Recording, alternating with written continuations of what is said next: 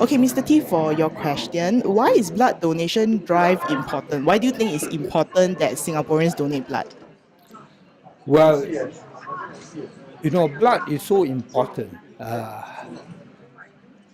We have to ensure that all our hospitals, both private and government, they have to be adequately filled with blood in order to overcome our day-to-day requirement, accident, this, that. And the other important thing is, it's also important in the sense that we develop that attitude of public spiritness for people to give blood, so that if there's a major emergency, we have enough donor who can call upon to get blood. I think this is so important, right? And blood is common to all of us, is equal. And this one area where we all can live together as a country, as a community, contributing our part to help those in trouble, emergency, and so on. I think that's important. And I think it's so important now that blood is now made part of total defense. Because if there is an emergency, you need a lot of blood. It may be a terrorist attack.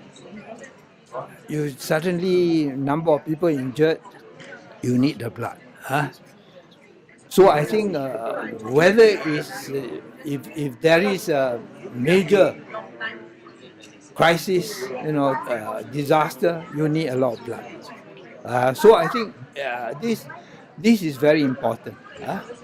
But we are currently facing a major problem of blood.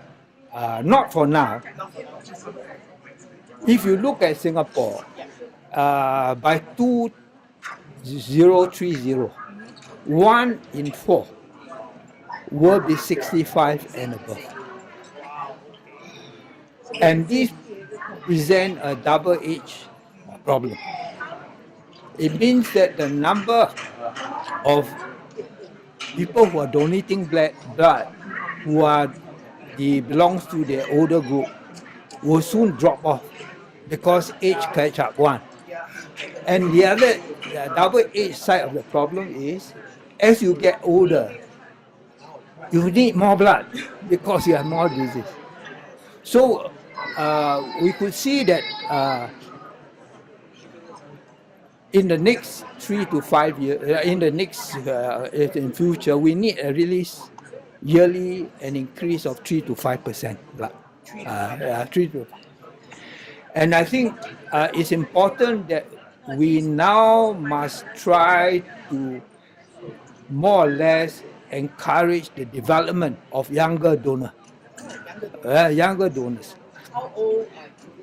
donors, it could be anybody from 16 and above, whatever. The younger donors, and presently the younger donor only comprise about 28% out of the total number of blood donors. So we need to increase to about 35%. So I think that's important, you see. And we are going to encourage the younger side to try to bring more of them in. Yes. They're younger, we're able to give on a longer basis, and I think that's very important for us. And we must ensure that we have a robust, sustainable blood supply for Singapore at all times. And that's important. Okay.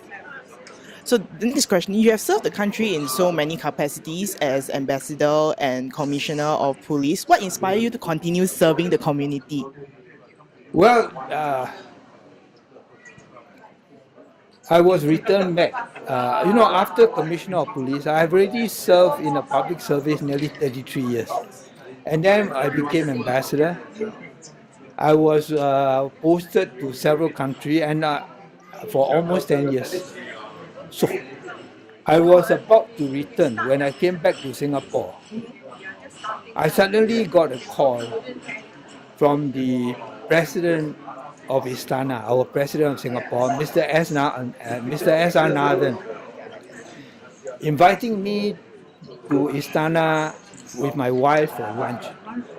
So I thought that he wanted to visit Cairo because I just came back from Egypt, and maybe he wants to be familiarized or brief on Egypt and Cairo. Throughout the lunch, there was not any mention, one word mentioned about Egypt. At the end of the lunch, he told me, Toba, you cannot be coming back to Singapore doing nothing. you must help me.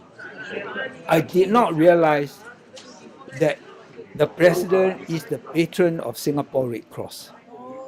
And this is by an act of parliament. You know, the Red Cross is unlike other NGOs, non-government volunteer group. We actually came into being by an act of parliament. And the president is the patron of the Red Cross. So when he told me that, subsequently, my successor, then General Chu, he was chairman of Red Cross, called me. So I think so that's what happened. And I think in the sense that I have been in public service throughout my life, almost up to now about 50 years of public service. So this is a different kind.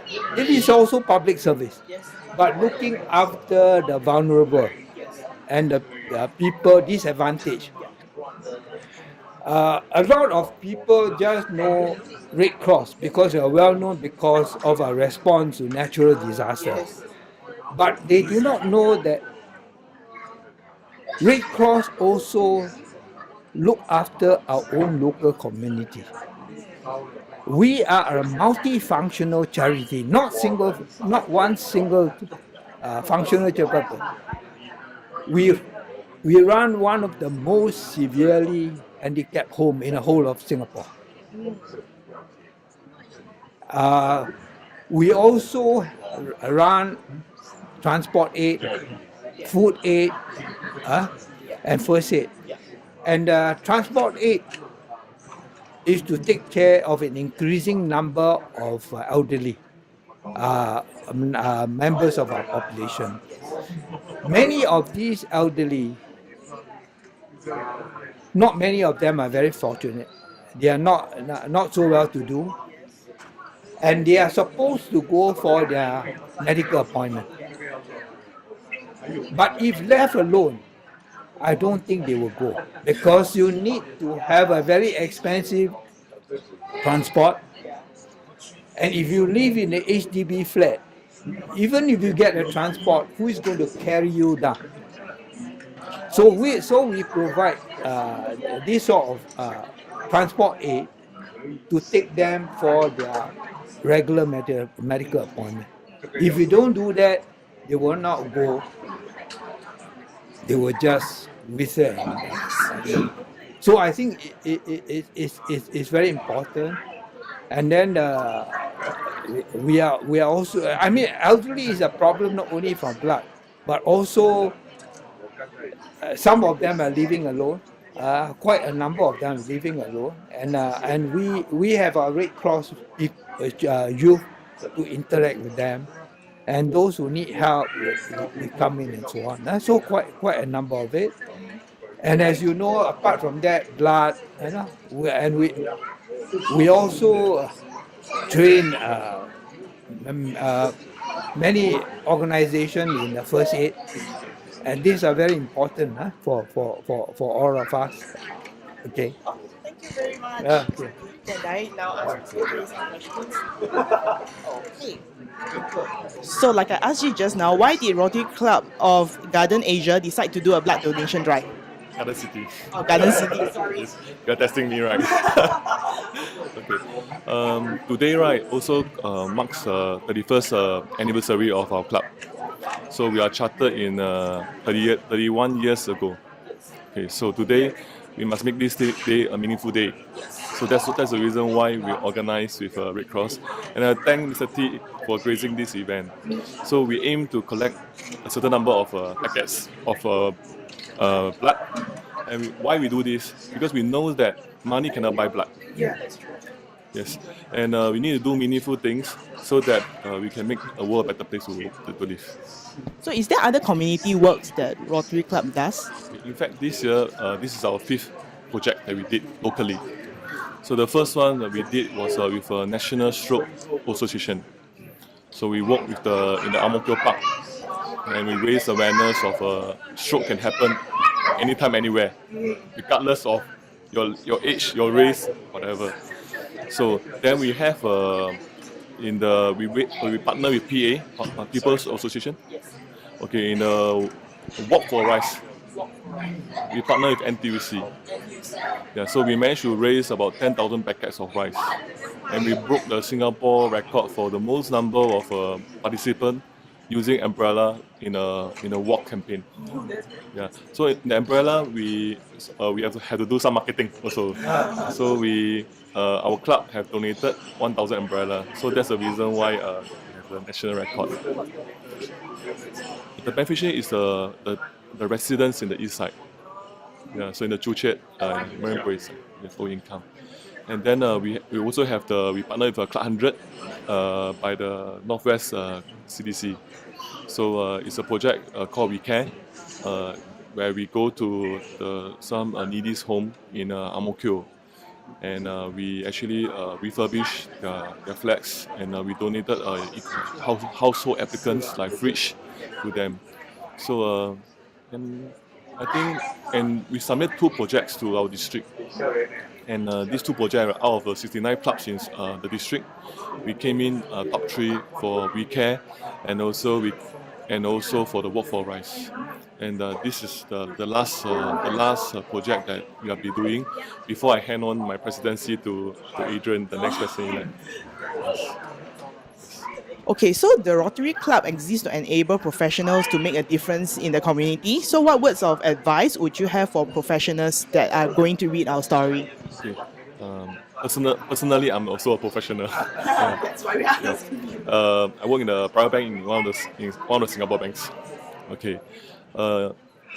Traditionally, Rotary Club has always been a club for above 40 years old. 40 years old. So in the Rotary world, we have about 1 million of members worldwide. The average age of Rotary Club members is about 75 years old. It makes people feel that are they joining the right club with their professional. By the time you are 60 years old, you're not professional, you're retired. Okay. So a group of us, including myself and my president-elect and nominees, we are below 40 years old or mid-40s or 30 plus. We have to juggle between our work and our life and family. And this period or cycle of life is where we have our newborns, kids, our family, and we also have to, work in the professional world. Okay, but we know that if we don't start now, we will never start. We will never start. So, hence, therefore, right, we are trying to make a difference. In fact, this year our Rotary team is making a difference. Yeah, in short, it's called MAD. So you call it MAD, not MAD. It's not MAD. We are trying to make a difference by being the first club in Singapore to embrace the under 40. So I'm 36 this year. So I'm probably one of the youngest president of Rotary Club. So we have actually, inducted more than 15 young members, and we push the average age down. We want to show to the other clubs and that we are a young and fun club to join. And by doing this, the professional that come, they can learn from the experienced club member, which are it may be doctors or it may be lawyers, accountants, business owner, where they can share their experience and then make them a better person. So Yeah. Thank you. So these are all the questions I have. Thank you very much, Mr. T. Thank you very much, Mr. T. Okay.